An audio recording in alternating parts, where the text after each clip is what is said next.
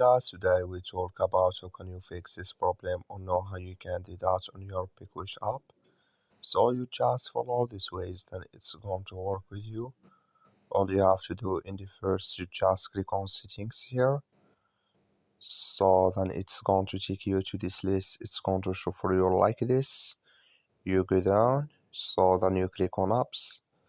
Then you come to apps list, and here you're looking for PicWish app, or just click on search.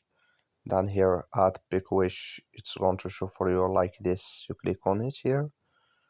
So then it's going to take you to this list. Click on for stop, click on OK. Then you go down, click here on storage. Come to storage list, you just click on clear cache. Then all you have to do next.